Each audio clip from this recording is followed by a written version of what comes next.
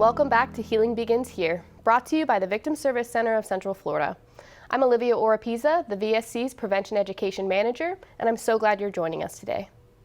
Before we begin, please be advised that today's episode includes conversations about trauma, abuse, and violence.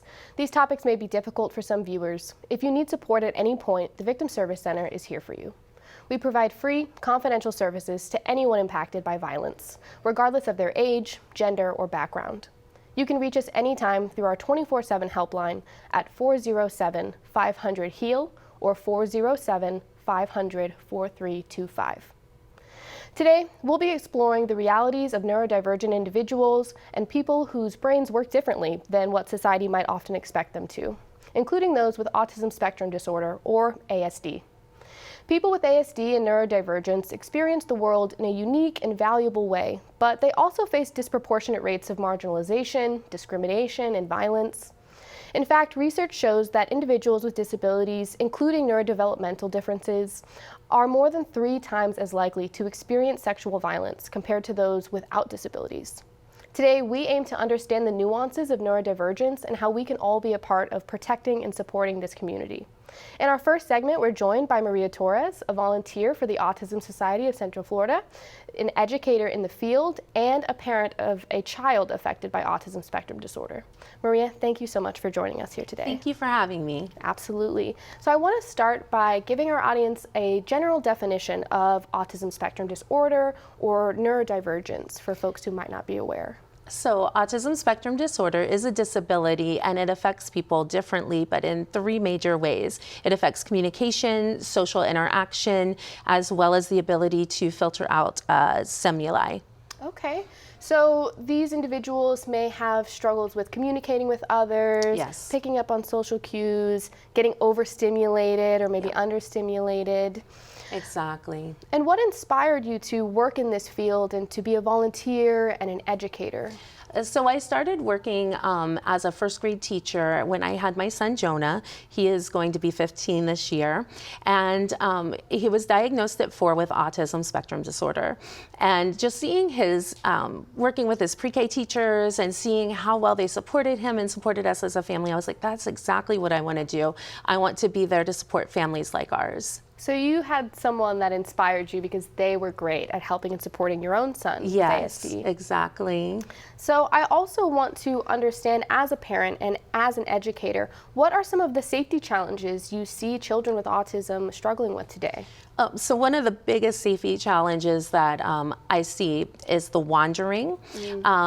They tend to wander and they're drawn to water, so sometimes that wandering can lead to drowning or the risk of drowning. And that's one thing at the Autism Society that we are really passionate about, is making sure that people understand the importance of water safety classes and swimming classes. And the Autism Society also advocates at the legislative level to make those classes accessible to all people. Great, so there are classes available to work with some of those skills.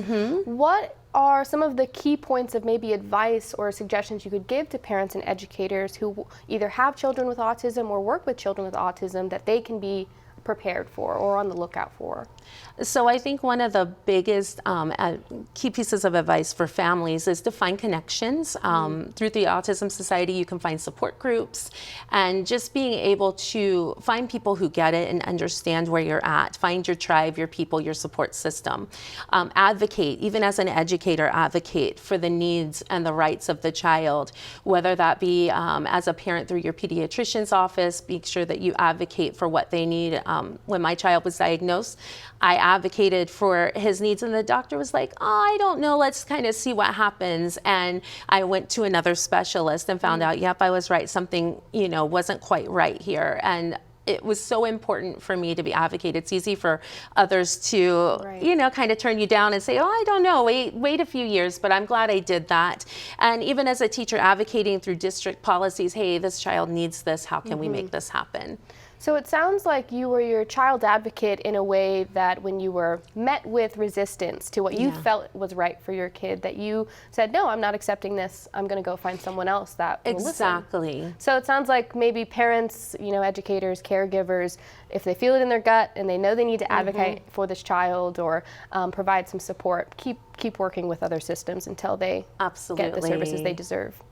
So, Florida has recently passed House Bill 447, which requires public schools to incorporate disability awareness education into the curriculum. How do you see this new positive step forward helping to promote understanding of individuals with neurodivergence and protecting them? I just heard about this bill. I'm so very excited. Kids are kind of nervous about what they don't understand or what they don't know. So the more that we can teach them about, hey, people may do things differently, but that doesn't mean it's a bad thing. Right. There's still individuals, there's still children who want to play and interact and be your friend, and they just may go about it differently. I think the more that we normalize that, the more that we can be included and just create a space where everybody's welcome. Right, so that education piece might be the next step towards preventing bullying and, yes. and maybe even victimization of some form of violence or other form of abuse. Absolutely, I think so. I think the more that people understand and see things from a different perspective, that can definitely prevent that. Well, I'm looking forward to seeing that come to light and seeing maybe the positive effect it could have. The Autism Society of Florida plays an important role in advocacy and support, and as you mentioned, they have support groups. Can you share a little bit more about the mission of Autism Society of Florida and what type of resources they have? So the Autism Society of Florida, their mission is to empower individuals with autism spectrum disorder and their families and connect them to each other. So there's tons of resources. As I said before, there's support groups out there for families. If you go onto our website, which is autismfl.org, you'll find a tab that says resources. If you're curious as to whether your child may have autism, there's steps there. There's a link there that will show you the steps you can take in starting the process for diagnosis. There's community activities and groups. I encourage everyone to check out the website, follow us on social media. They sponsor sensory-friendly events like to the zoo or to the movies that families can partake in. Lots of information there. It sounds like being a part of a community that is also on the same level of working towards support, working towards gathering community and connection for those folks is really vital. Absolutely. I think it's one of the most important things you can engage in. Awesome. Well, I have one more question for you. I want to ask, we know many people still don't understand ASD very well, still struggle to understand neurodivergence, and it makes it harder for folks with these disabilities to advocate for themselves or to feel safe. What are some myths in the future you'd like to see challenged and maybe even, mitigated through that bill or other forms of advocacy? One of the biggest myths, I think, that when somebody doesn't have a formal mode of communication or they can't communicate verbally like we're used to in society, is that they have nothing to say, which is so not true. So many thoughts go on and they're just frustrated that they can't get it out. I think the more that we can understand that and tap into the potential that's there, right. Unlocking that potential for a child who isn't able to communicate verbally, finding what they can communicate through. I think that if we stop and listen, it would mean a lot. That's one of the biggest misconceptions that really I think prevents us as a society from seeing people as they are. Yeah, seeing people as people, even yes. if they don't operate exactly the way we do. Exactly. Well, Maria, thank you so much for being here today and for sharing all of your expertise and experience. Thank you for having me. I appreciate it. Of course. As we've just learned, individuals with neurodivergence and ASD may come up against more challenges and vulnerabilities than navigating their day-to-day lives. It's important they have the right tools, support, and compassion to effectively respond. To help enhance our perspective, we'll be talking with Michelle Zeman, a self-advocate and co-host of the Reach podcast next. Michelle is neurodivergent herself and brings a powerful voice full of lived experience to this conversation. Stay with us and we'll be right back.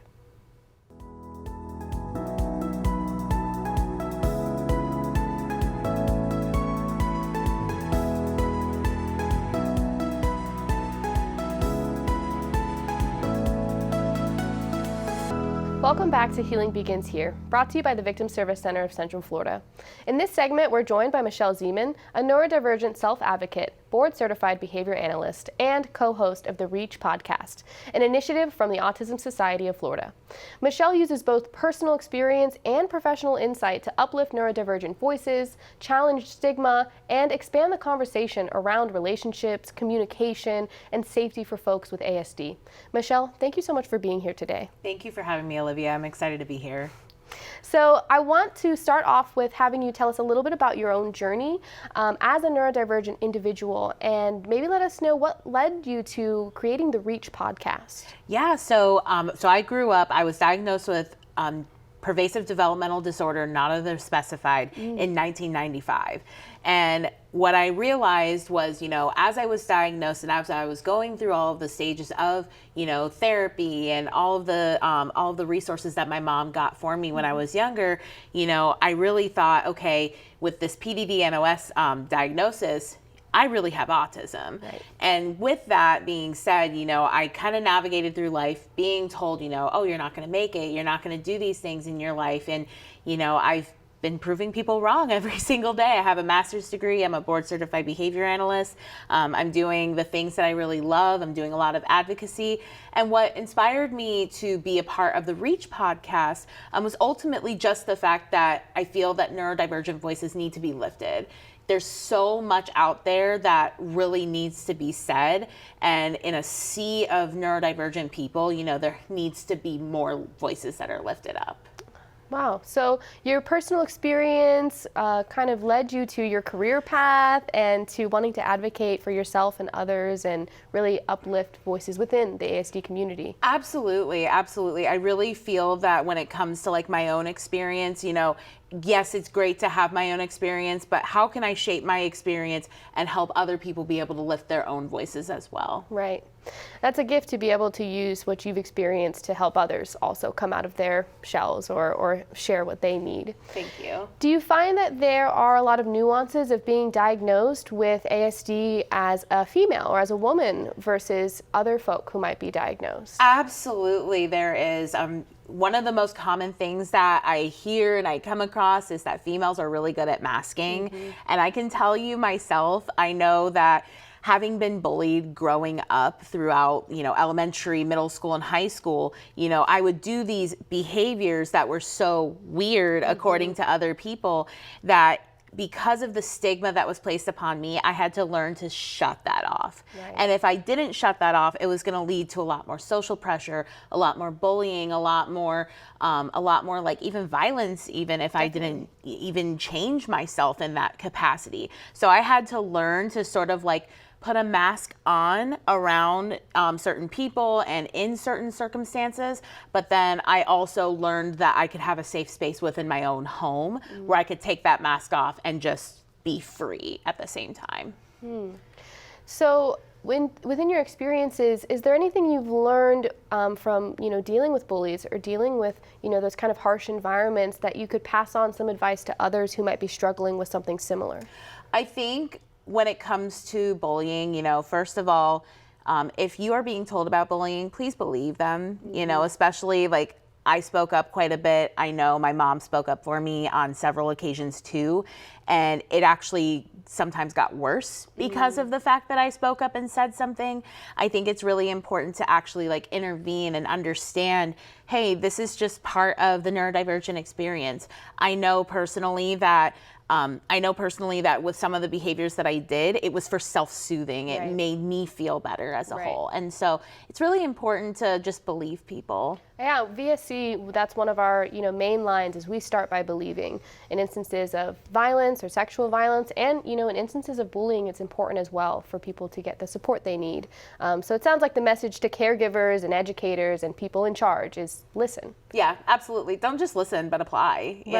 If someone is coming up to you and saying, hey, I'm experiencing this, can you please help me? Don't just say, oh, I'm going to help you. Actually do something about it. There's this saying, actions speak louder than words. And that's something that I've carried throughout the entire course of my life. You can sit here and you can tell me, hey, I'm going to listen to you. I'm going to believe you.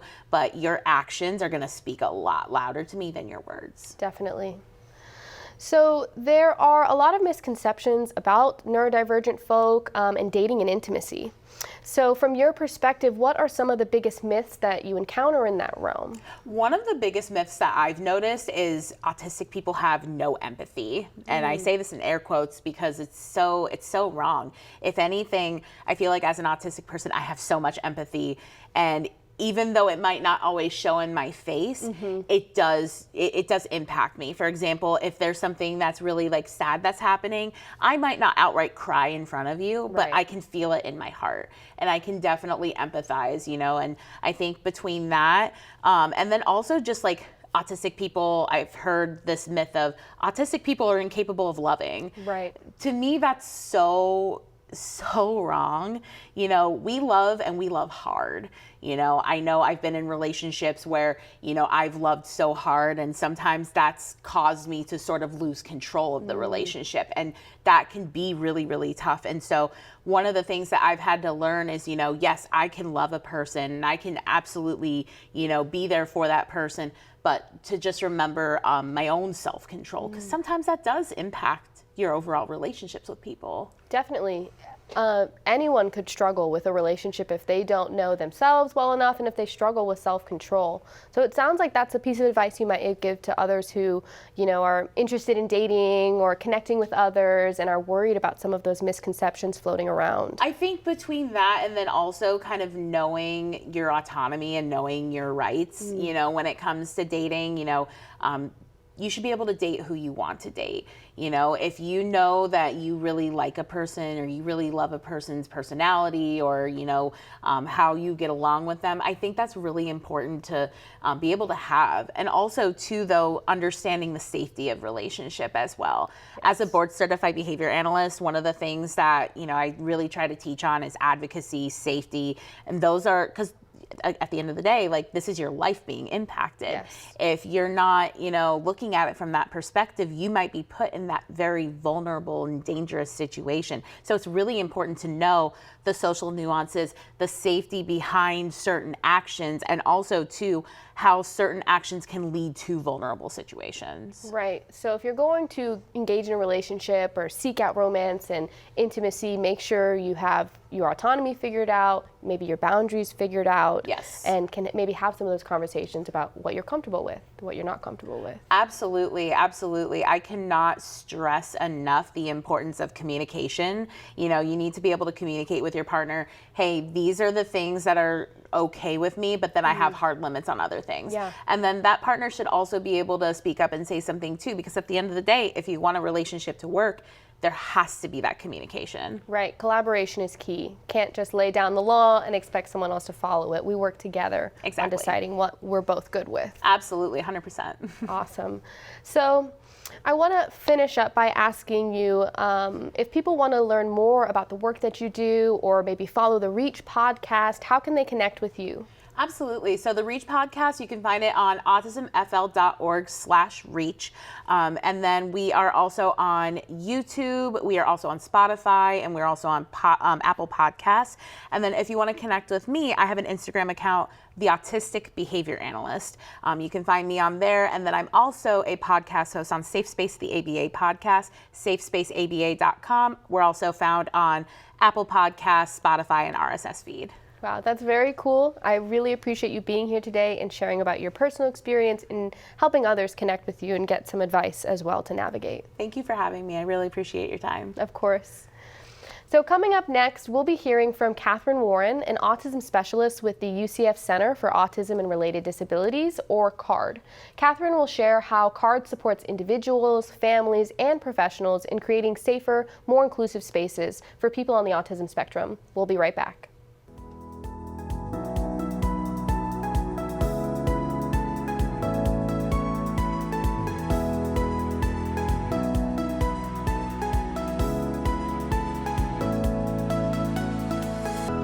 Welcome back to Healing Begins Here. In our previous segments, we shared some of the realities surrounding autism spectrum disorder, safety, and relationships, and got to hear directly from someone with lived experience as a neurodivergent individual. Now we're shifting our focus to spotlight an amazing organization working to make a difference for folks living with ASD and neurodivergence right here in Central Florida. Joining us now is Catherine Warren, an Autism Spectrum Disorder Specialist at the University of Central Florida Center for Autism and Related Disabilities, or UCF CARD. Catherine provides vital support, education, and trainings to individuals with autism, their families, and professionals, focused on enhancing the quality of life and creating safer environments. Catherine, thank you so much for being here today. Thank you for having me. I'm so excited. So I want to start today by asking how you got started in your role at UCF CARD and how you started focusing in this career path. For sure. So I always say I kind of stumbled upon it. So I started, I graduated from UCF, and when I was in my last 2 years, you know, those internships are required. I have my bachelor's in psychology, and so I had to do a various amount of internships. I started with a center that works specifically with cerebral palsy, and then I was like, oh, I've kind of like this, you know, the individuals with disabilities, like what's more about this? And then I started working in the school systems where I interned in a self-contained unit that was specifically for children with autism in the elementary setting. And then I just ended up falling in love, and here I am literally 10 years later. Oh, wow. So Yeah. 10 years ago, you were working with children with autism and you were like, this is it. This is my passion. Yes, definitely. That's amazing. So safety is a significant concern Yes. for many neurodivergent folks and people who care for them and love them. Could you discuss some of the practical safety education strategies that have been effective in supporting these folk and helping their families? Yeah, for sure. Safety is huge, especially with some of our individuals on the spectrum who have those communication challenges. My personal favorite strategy is visuals and social skill stories. My colleague Jennifer always say visuals stay, audio goes away. So with social skill stories, it's helping create a story built around the challenges they may have. For example, stranger danger, or how to call 911, or what happens if there's an emergency in the household. So we build these stories to tackle that specific social skill, and it's visual. So it's a story that we read to them, and it helps, it's there to stay, because sometimes we can say a lot and it's always, it goes, that visual is there to stay. And then also visuals. So we will put up stop signs maybe in the household, or we help it with routines and schedules. Another great strategy would just be education workshops, right? Yeah. Training professionals, training therapies, training educators on how to work with individuals on the spectrum. So yeah, those are two of my favorite. Yeah, definitely. Prevention education goes a really long way. Yes. And giving folks the tools they need to adequately support folks with ADSD is super Exactly. important. And you mentioned some of the visuals that are important. Rather than maybe lecturing or reading to, we can show stop signs and Exactly. show some of those visuals that are beneficial for them. Yeah. So recent statistics in Florida are showing that the unintentional drowning deaths of children with neurodivergence and ASD has nearly doubled in the last decade. The National Autism Association has reported that children with autism are 160 times more likely to experience that. Yes. Given these statistics, what advice and information, maybe like the stop signs on pool gates or something, what can you offer for families and caregivers? Yeah, for sure. This is such a heartbreaking statistic. Thank you for bringing awareness to this. My first tip is going to be, of course, supervision, right? Supervision is non-negotiable with any child near a body of water. We definitely encourage, especially in Florida, we know there's a lot of pools, a lot of ponds. Know what your pools and ponds are in your area, right? Secondly, safety water training. That is, we love early intervention in that. The quicker we can get those kiddos into the water, practicing how to float, how to exit a pool, and how to just even swim, right? That is super important. And then safety around the pools, pool fences, self-closed latches, windows and door alarms, and then also GPS trackers, right? Maybe a band on their arm. Apple AirTags go a long way. You can slip them in the shoes. So yeah, those are huge too for children who are wanderers or who do elope. Yeah, so supervision, safety nets in place like fences and latches and locks and alarms, and education, largely getting them into learning how to swim and train. And we even mentioned like the social skill stories. We can build something around that when it comes to water safety. So building a story that says, oh, this is what we do if we're near a pool, or these are the rules for the pool. Building a visual with those rules on them and sticking it by the pool or even on that patio door as well. Okay, so having posted images of those stories, of those teaching moments are going to be helpful for parents and caregivers. So for neurodivergent listeners and their loved ones, what are some encouraging messages that we could give them as they work to maybe navigate relationships or try to remain safe in the world around them? Yeah, so for our neurodivergent individuals, I just emphasize that how they see the world is beautiful. It's creative, it's special, there is nothing wrong with that. Sometimes those social challenges, they find it hard to find, that person to connect with. But I always say, who's meant for you will find you. And that person will hear you and they will understand you. And then also when it comes to caretakers and parents, they have a really tough job, right? They always have to show up. They're so caring, they're strong, very patient, and that's a hard job. But we see them, right? And their child may not seem like it some days, but they will appreciate it in the long run. And I also say that it takes a village. Sometimes it takes a country because it is a lot. And here at CARD, we try to help build that community. We do have that community. We offer support groups online for different age groups. That is a safe place for our parents and caretakers to hop on, so where they're able to share their stories and share their challenges to let them know that they aren't alone. Yeah, they get some of that community piece. Exactly, community is huge. Definitely. So it sounds like UCF CARD has support groups that they offer, and they offer trainings. What other services does UCF CARD have, and how can family and caregivers and neurodivergent folk connect with UCF CARD? Yeah, for sure. So at UCF CARD, we service all 7 counties in Central Florida. We know Central Florida is huge, right? So we have 1 or 2 specialists that is specialized in that area. So they know the community, they know the schools, they know some therapies, the education that's going on in that area. So when they connect with us, we set up a Zoom consultation where we sit and talk with the individual that's on the spectrum and their families and figure out what challenges they have. And then we provide that personal effective strategy. Sometimes it's coming up with a plan for social challenges or behavior challenges, right? And then we also have resource navigation, where we connect those families and individuals to professionals that are trained in that area. So whether it be certain schools or education, therapy, so we help them connect that as well. And like you said, we also do provide that professional development and those education workshops, which is huge. Those are one of my favorite things to do as well. I recently was actually at a church, and the church had reached out and they were interested in building a quiet room or just teaching their staff on how to work with individuals on the spectrum. So that is something that we offer as well. And then how people connect with us is they can go to ucf-card.org, and there's a big blue button that says register there now, or there's more information on there as well. So they can go to your website to access all of this support, information, maybe get connected with the specialist in their county or in their area. Exactly, After they click register, the office will call them and they'll set up that Zoom consultation with us. Wow. Well, Catherine, thank you so much for being here today and for letting us all know about those amazing resources at UCF CARD. Yes, really thank you for having me and for bringing awareness to this community. Of course. So today's episode has highlighted the importance of support, understanding, and proactive measures in ensuring the safety and well-being of neurodivergent folk in our community. At the Victim Service Center of Central Florida, we are committed to providing trauma-informed organization that serves all survivors of violence, including those who are neurodivergent.